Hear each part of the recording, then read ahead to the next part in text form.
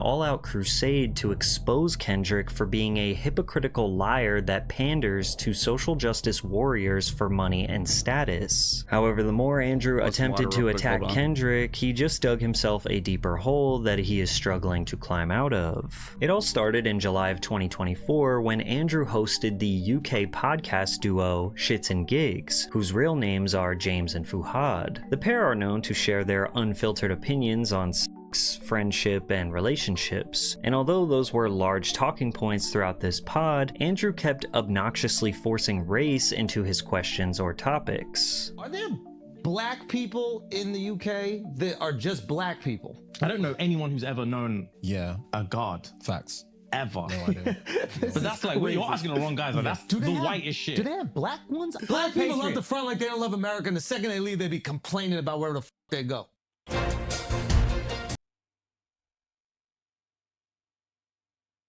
A topic called the Black Girlfriend Effect was brought up and sparked a much larger discussion online, and even Kendrick Lamar chimed in. What is the Black Girlfriend Effect? This is you don't know about glow up the other culture. Yeah, so you'll see a guy who's had a black girlfriend, all of a sudden he's got buzz cut, like clean shape up, glows up, bro. I like that. They shave their hair because they start losing it. Well, that's almost more racist than saying, you know, black people love watermelon and chicken. I mean, when you start saying like, oh, well, if you get with a girl like this, I mean, you're just gonna look better. I mean, that's almost is like demeaning, and it's not demeaning, but it is demeaning towards like certain people. Like, okay, let's say like, oh, if you get it with an Irish girlfriend, you're gonna be drunk all the time, which is true. And if you get with a if you get with a Latino girlfriend, you're really gonna know how to cook. I mean, these things are true. So I don't really know what I'm going on. They're so stressed around this black girl complaining about shit all the time. That's why they gotta shave their hair. Bro, white guys with black girlfriends, they grow a beard because there's more cushion when they get slapped the f out of.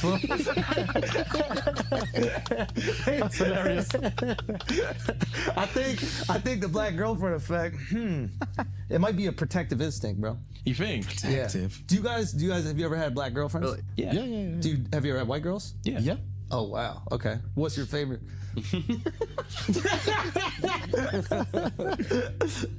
We love them all. Yeah. Oh really? We love them all. Yeah. That means white. Yo, who gets?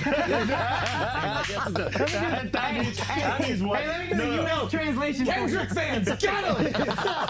It's very clear that James and Fuhad's description of the Black Girlfriend Effect was to discuss white guys going through a I'm positive not upset. I'm not mad. I'm just wondering what was funny.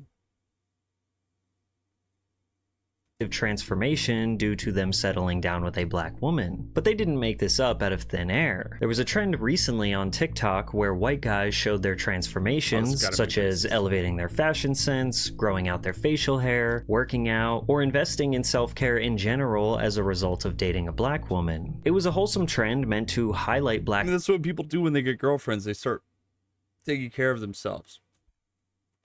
That's what people do when they find a romantic relationship that they that they enjoy, and they find people that they like and find attractive.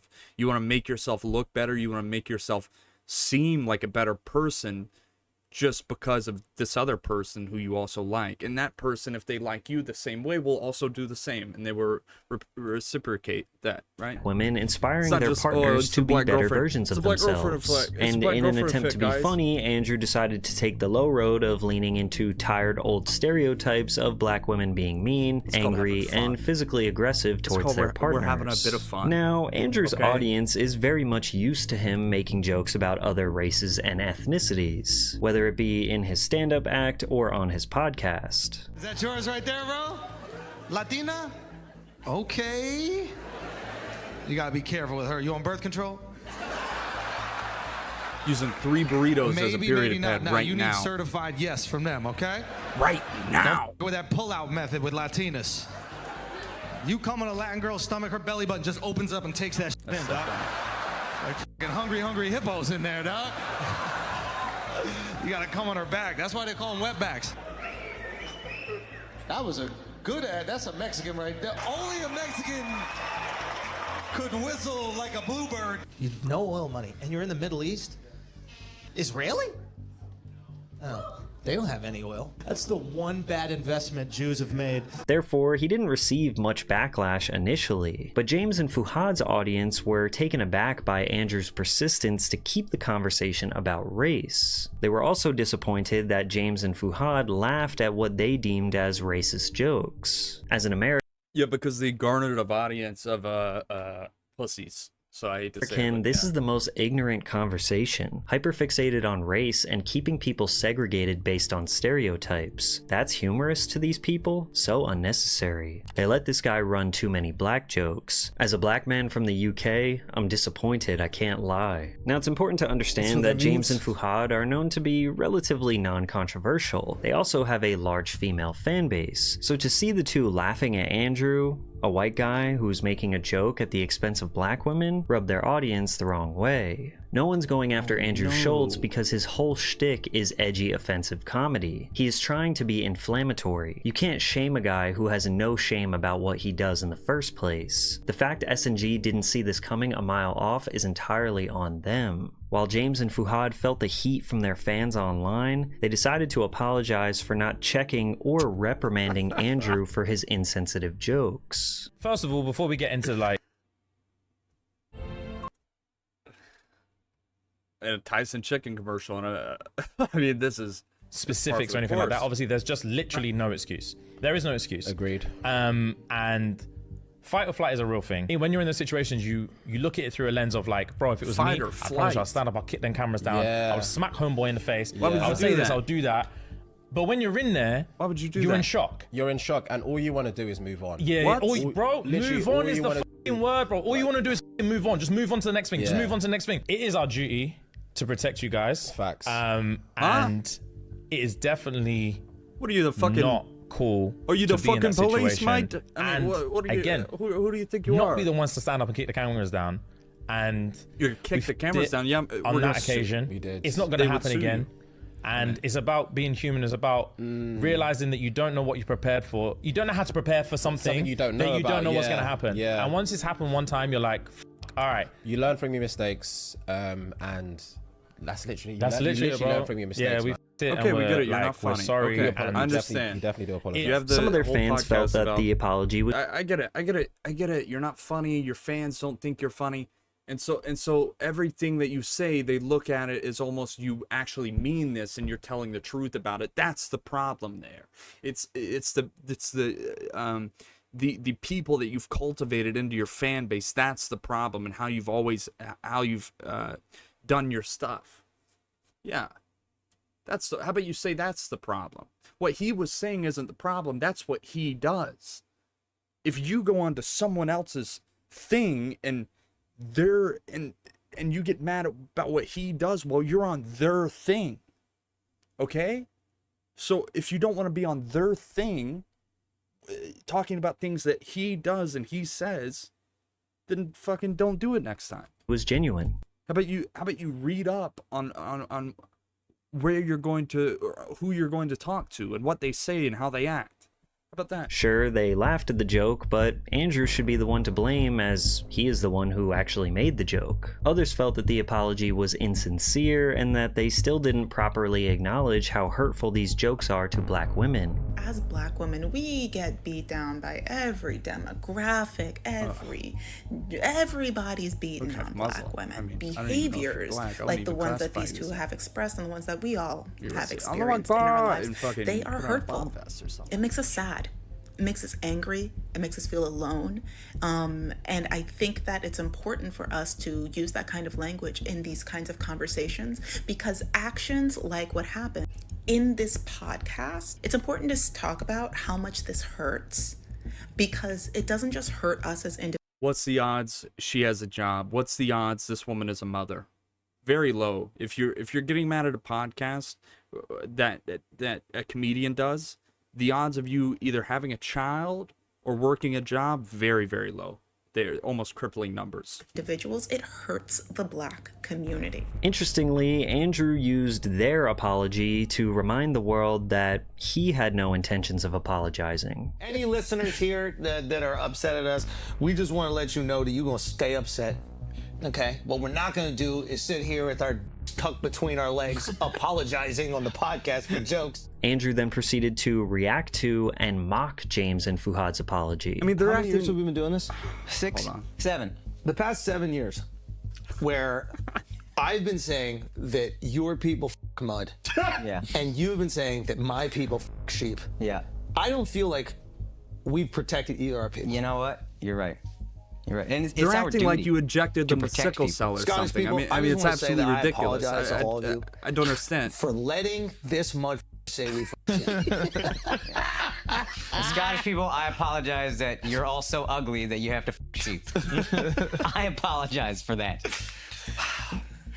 It's our duty to I know protect. they're not going to fuck the cows. Andrew's co-host, Akash, then proceeds to speak on behalf of Black women. Oh, we have Black female fans. I appreciate them so much. I think they must be so hurt by this. They're not hurt by this. You don't realize that. You start feeling empathy for people that don't feel bad, that weren't hurt. No Black women were offended. The stereotype Andrew said is that Black women are angry. Why would they try and stand up for themselves when y'all would just say, yup, look at how angry they are. That's Black women for you. It's impossible to fight or debate with someone who really feels that way. You called them abusers, bro. They're not engaging with that nonsense. Akash and Andrew explaining the feelings of Black women, many Black women who are fans definitely canceled them. Whether it actually has an effect on the mass of their fan base remains to be seen. Also, I'm the only Black woman I know who watches Flagrant. The podcast wasn't noticed because y'all don't have a large Black women audience. Somehow the clip went viral and more Black women were exposed to it. There's this phenomenon that happens with podcast comedians today where criticism is intertwined with cancel culture and comedians use it as a defense mechanism to essentially win every argument or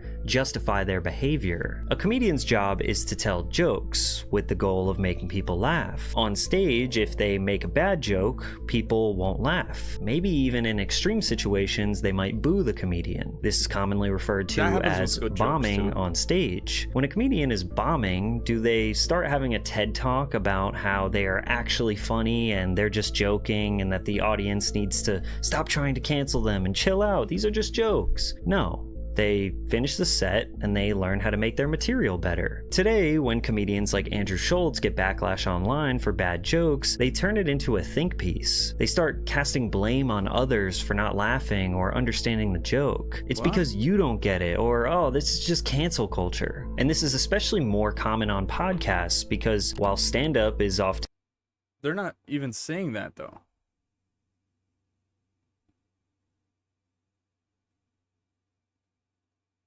written and more carefully crafted, podcasts are usually They're not even saying that. They're saying that they don't give a fuck.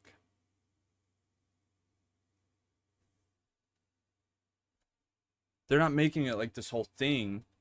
I don't think so. I think they talked about it in one podcast. If they honestly thought they were getting canceled, I'm sure they would bring it up a little bit more. You know, and even if you do try to cancel someone, I mean, nowadays, there's people out there who love to cancel people. There's also people who love to see people get canceled, and it goes in both directions. And if you don't understand what I mean by that, it's when someone's getting canceled, people will attach themselves to them because they feel that they have something in common with them, right? So it's like, well, if these people are mad about this, other people will like back them up and say like, what? Like, do you not understand the joke aspect? conversations that go on for hours, so you're bound to. Usually online now, it's not like everyone's canceling this person. Very few circumstances that really happens where everyone is going after this person. Usually, like, there's a lot of people that are going after them, but where the real fun comes in is the people who like them and who understood what they were doing, who are coming after the other people who are coming after them, right? So it's like, to miss a few times. You're bound to tell a few bad jokes, and that's normal. But for Schultz, considering his right-hand man Akash laughs every single time Andrew breathes, you can see why Andrew must think that all of his jokes are crushing with his millions of viewers. You can watch Andrew get a reality check in real time when Shane Gillis straight up told Andrew his joke was not funny, and Schultz immediately started blaming Shane for being politically correct. Bro, Shane actually has been working out, dude. This is fucking crazy. Let's see it. Hold on. That's crazy. Oh my God. Bro, you look good. Is this from West Point? That actually is. Oh, nice. You guys, and you know what? That's his rival's profile picture. Shane, can we click the video? I just want to hear the sound. That's not fun. I just want to hear the sound. It's a zoo. It's a... Nah, you look great, dog. Congrats. I don't think that's funny. But That's a joke. I see that. I see why. Like, you don't get it, you mean? No, my guy's That's nice. a joke. yeah, that's valid. These guys are awesome. Yeah. They're having fun. Yeah. For you guys to sit here and be like, Wait a minute. let's bring it up and mock them. That's f***ed up, dude. That's a dude. Yeah, I mean, what the hell are they by doing using bringing them up as and an mocking insult. us? Using. Yeah. We're using you. Well, it's not funny because these You're people have insulting mental them by disabilities saying, I look that like they them. Or they you're can't insulting me by control saying how I they look look. better. This is you back in your victim thing. No, I'm not being a victim. I'm saying the jokes you're doing is not. It's not like. It's not PC. That's not cool. You know what's really great? You're making fun of these guys, these Down syndrome dudes, putting out TikTok videos. Now, it doesn't seem that Shane was actually offended. He was trying to just be contrarian for the sake of comedy, but Andrew's reaction was very telling. He was genuinely bent out of shape, getting loud and aggressive towards someone who didn't just mindlessly laugh at one of his jokes. This is exactly how Andrew would react when Kendrick Lamar addressed his feelings towards Andrew's jokes about black women in the song Waxed Out Murals on his new album, GNX. Kendrick rapped, "Don't let no white comedian talk about no black woman. That's law." This single line, composed of just 12 words, absolutely derailed Andrew Schultz. He established war on Kendrick Lamar. Andrew starts off his response by essentially calling Kendrick, and all other rappers, hypocrites. Rappers are telling comedians we need to be more respectful to women, so we gotta sit back and reflect. Yeah. Do you know what I mean? They're the most pious group. Listen, nobody has respected women more. Through art. Yes. That's a joke. Okay? Absolutely. So I completely understand how a rapper could look at a comedian telling a joke and be like, yo, y'all need to switch. Patrick, I honestly, I think you're missing the point. That shit. Yeah. How dare y'all keep saying your wives are annoying? Be more like us and, just ain't nothing but hoes and tricks. I beat my bitch with a stick. What? You can lick on the or suck the dick. I beat my bitch with a stick. What? Now, there's no argument against generalizing much of popular rap music as misogynistic. For decades, hip-hop artists have reduced women to nothing more than sex objects, often referring to them as bitches, hoes, and other demeaning words. Now, I'm not saying Kendrick Lamar is completely innocent of perpetuating this behavior in his lyrics. However, he is not necessarily the poster child of disrespecting women in his raps. Kendrick has often called out his own hypocrisy. He has shined a light on how his trauma defines him and keeps him in cycles of perpetuating this behavior. It doesn't justify it, but discussing and self-reflecting can allow him to learn from his past and try to do better in the future. This took a while for me to grasp the concept that all women are bitches, all women are hoes. You get what I'm saying? But when I was 16, 17 years old, that's what I was saying. All of them the same, you know what I'm saying? So it took time for me to realize, damn, my mom's not a bitch. My mom's not a hoe, my little sister is not. So now I gotta distinguish, right from wrong. But Andrew takes it a step further and says that because Kendrick has collaborated with and celebrated rappers who often disrespect women, that makes him just as guilty. Go back to talk about Drake, how he's a deadbeat dad while you do songs with Future. Rapper Future is often referred to as the Toxic King and has droves of lyrics that minimize and disrespect women, such as, "Anytime I got you, girl, you my possession. Even if I hit you once, you part of my collection." Or, "Think I might pull out my D and I pee on her." Kendrick collaborated with Future this year for the first time on a song called Like That. Unsurprisingly, Future's verse is all about having his way with women. So while many people see this as Kendrick being hypocritical, others say that just because he's not perfect doesn't mean he can't try to send a positive message. Kendrick is a rapper. Kendrick decides he wants to stand up for black women for whatever reason. What essentially came back was, you're not qualified to stand up for black women because of look at you, because you are with a cohort of people, rappers, who in the past have been bad to black women. That argument is used anytime black people stand up for themselves.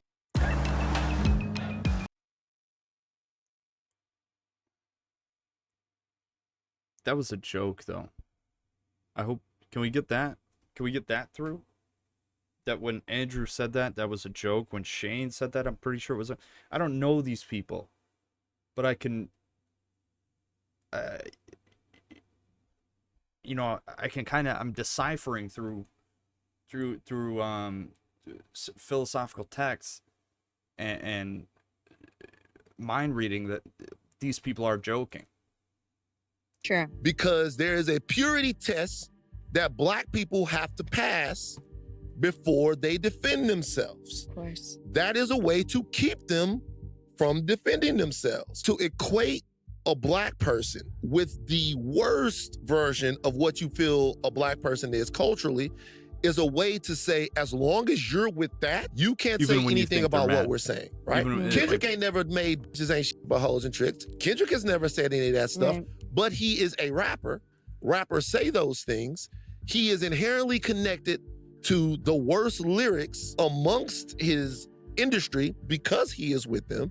So he's not good enough to want to defend black women. That trick bag, whether or not Andrew knows it or not, he knows, has been used decade after decade after decade on black people. Schultz also falsely claimed that Kendrick threatened to remove his music from Spotify in 2018 when a hateful content and conduct policy was enforced that removed R. Kelly, XXXTentacion, and others from Spotify editorial playlists. Are you saying that Kendrick Lamar put it on wax that he is protecting black women from white comedians' jokes, but not the kidnapping, molestation, and of R. Kelly? And actually, in reality, he would take his own music off Spotify to protect R. Kelly? Yeah. Someone who's kidnapped, a sexual molested, predator? Yeah. and It's good music. black women? Kendrick never threatened to take down his music. It was the head of his label who made the threat, which, as messed up as it sounds, actually has more power over Kendrick's music than he does. His label head, Anthony Top Dog Tiffith, told Billboard, "I don't think it's right for artists to be censored, especially in our culture.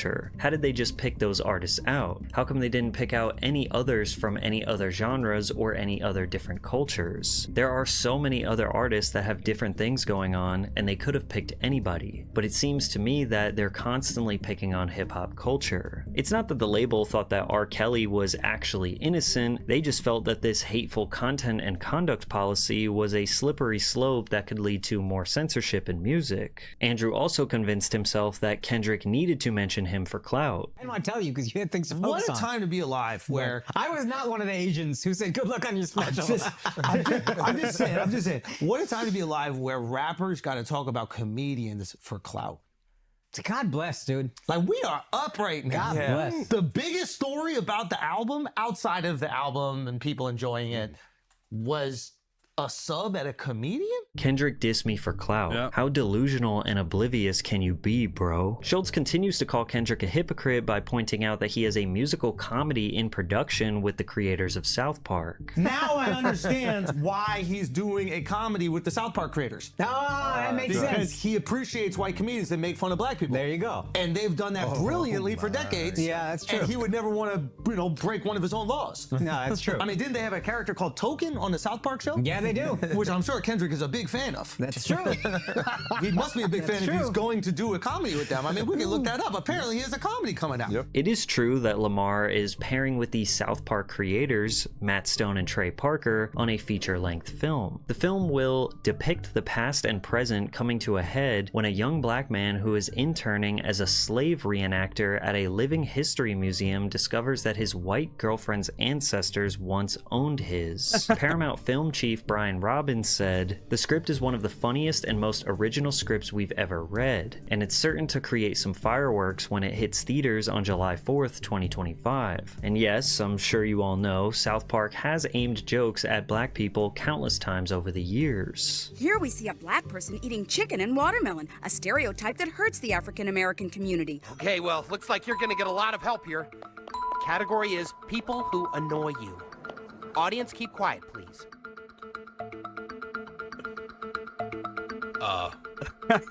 Well, 10 seconds, Mr. Marsh.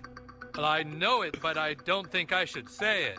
Now, in all fairness, South Park has made jokes about literally every race, every religion, every ethnicity, every gender, every disability. They have joked on everyone equally, which is the exact same ethos that Andrew lives by. I will say, as far as that line goes, we're gonna make fun of everybody, and that's just the reality of the matter. Is everyone gets these jokes? That's the ethos of the show. It's the ethos of the comedy that we do. And the second you start, and he just might not be aware of it. I don't know if he's doing it to sell records or if he's doing it because he just thinks it rhymes or it looks good, or he's taking advantage of like a viral moment, knowing that we'll react and knowing the internet will react.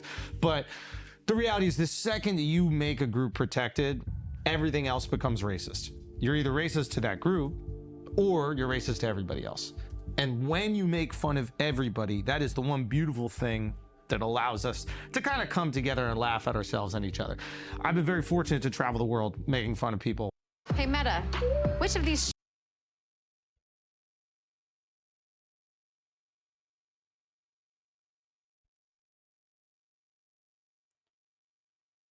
Of all different race, religions, cultures to their face, everywhere around the world. That is everywhere. And they've had an incredible sense of humor about it. They're coming out specifically to see that happen. However, things took a strange turn when Schultz started pondering the idea of him and Kendrick in a one-on-one fight. You want to squabble up with Kenny? No. I mean, here's the thing. This is the thing that is kind of funny about it. Is like, first of all, Kendrick's people and the gang affiliate, everybody, his security, they will kill me. They will destroy me. They'll find me in the street. They'll f***ing cut me up. They'll shoot me. They'll do whatever. I'm not a tough guy. Y'all do. But just Kendrick, I would make love to him. There's nothing he could do about it.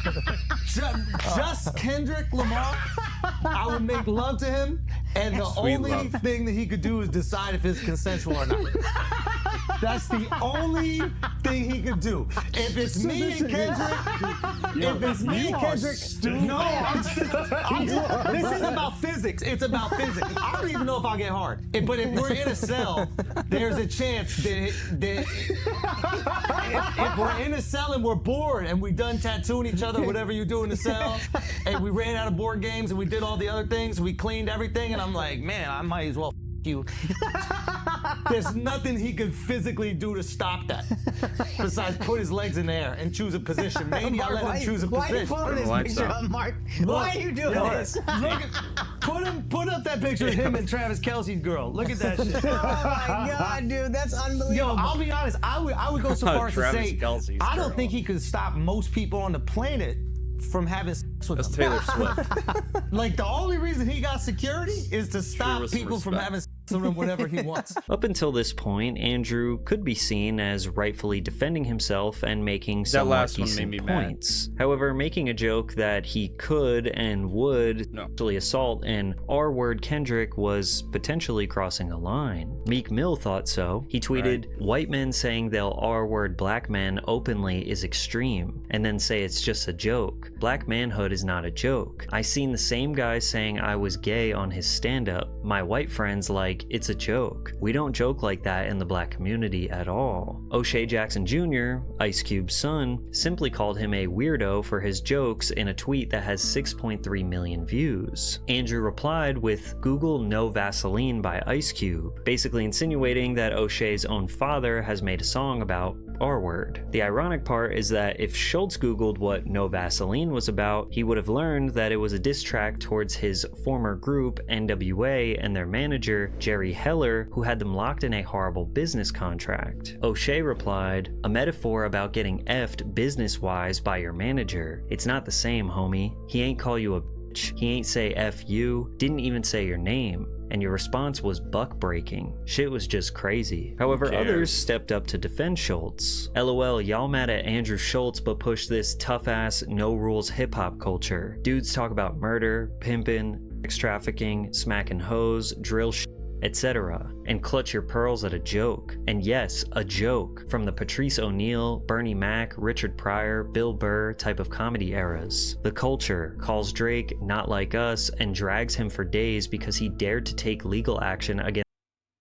Okay, 100,000 people liked it. Okay, I guess some people care. All right, but I don't. So his predominantly white label for allegedly using payola to sabotage his career and contract negotiations. The culture then turns around and calls for the cancellation of a white comedian who made a joke and pointed out Kendrick's hypocrisy. Despite the internet raining down on Andrew, he refused to back down or apologize. He believed he was right, and he suggested the reason why he kept the beef alive was because he was receiving death threats from internet trolls. Death threats to them, death threats to me. And I was getting death. Of course, death threats to me. Death threats to me. Death threats to my family, telling they're gonna kill my daughter, posting on my daughter's We picture. still haven't posted an app. We haven't talked. I don't talk about it for 2 weeks, right? I go, okay, you saying death threats to all of us? You gonna talk shit about my daughter? Okay, it's up. I'm a your man, right? Because if we saying anything, it's like let's have some fun. It's still fun. So you think you know Wix? I didn't know they were going that far with it. Your man. It's still funny. Right? Sensual love. No, but then we're gonna do the molding of his butt. I'm hanging it on the wall. Schultz tripled down on his comments during a podcast with Charlemagne the God, Oh, he where did talk Andrew about it repeated several all times. his same arguments, how Kendrick is a rapper, and rappers promote misogyny, and how he couldn't fight him one-on-one, and how he is a hypocrite for collaborating with the South Park creators. So the guys that created South Park are two white guys, and they've made jokes about black women. Well, they make jokes about everybody. Oh my God! Hold on. What did you say? They do have a character. What did you say? What's the character, the black character? Token. And they do make jokes, like they did earlier this year, they did do the episode about Lizzo. They do make jokes about everybody. Like, everybody gets it on South Park. And see, that's Do you know who you're talking to? Now, I don't really know what's going on. Well, if I don't know. Everybody gets these jokes. Okay, that I know. Everybody. I've heard you say that. Mustard gets it. Mayo gets it. Okay? Duck sauce gets it. Okay? Curry gets it. Curry gets it. Oh, you talking about the season? Yeah. I didn't know you were talking about Steph or Indians. So. I'm talking about Indians. That's Indians. We're doing it for each group of people. Everybody get these jokes. That's the rule. Taylor, what's the line? But Kendrick got specific laws. says never Kendrick got to let- protect women from comedians as long as he's got an album coming out. I'm just looking for. Listen, Kendrick's got to stand up for you ladies. The last verse. As long as he could profit from it. He got to stand up for you ladies. Andrew even tried to take it as far as suggesting that he didn't know the angry black woman stereotype existed. And I could see what people say you might have been reinforcing the stereotype of Yes, black women. black women being angry. Yes. But the jokes were First the of all, black men. I didn't even know that was a stereotype. Black men. Andrew. I just thought you were angry. I didn't know it was like a Yo. whole black woman thing. I just thought it was a you to me thing. Fans were disappointed with Charlemagne pretending that he has no idea what's going on when he has been a large voice in hip-hop commentary for the past 15 years, and he has co-hosted the Brilliant Idiots podcast alongside Schultz for the past 5 years. Additionally, he pressed Post Malone in 2015 for not doing enough for Black Lives Matter. What are you doing for the Black Lives Matter movement? What? I don't know. Is that a serious question? Yes. Okay, I'm sorry. If anything. Charlemagne has criticized many white rappers for appropriating black culture, as he tends to interpret the behavior of these white rappers as a form of mockery of black stereotypes. But when Andrew was directly making fun of black people, he just pretended he had no idea what was going on. The crazy part is, Kendrick was actually talking more about people like Charlemagne than Schultz. That's why he's so quiet. And if you listen to the song again, you'll see Kendrick called him out perfectly. The fact that Charlo roasts every other white person but quiet about Schultz is crazy. This whole situation is the perfect example of the modern day comedian's response to criticism of unfunny material. Comedy defenders will remain firm in their stance that when it comes to jokes, everything is on the table. Nothing or no one is off limits. And as a fan of stand-up comedy myself, I do agree with that ethos. Go ahead, shoot your shot. I think we have all laughed at some pretty horrible things. In the midst of all this chaos, Andrew did make some reasonable points. There is a hypocritical nature of people who are casting criticism on Andrew while praising Kendrick. However, what not many people are saying is that simply Andrew's joke was not funny. So he can make all the good points that he wants, but he still failed to do his one job as a comedian: make you laugh. I laughed. Go back. Pretty sure I laughed through that. It was kind of funny, a little bit.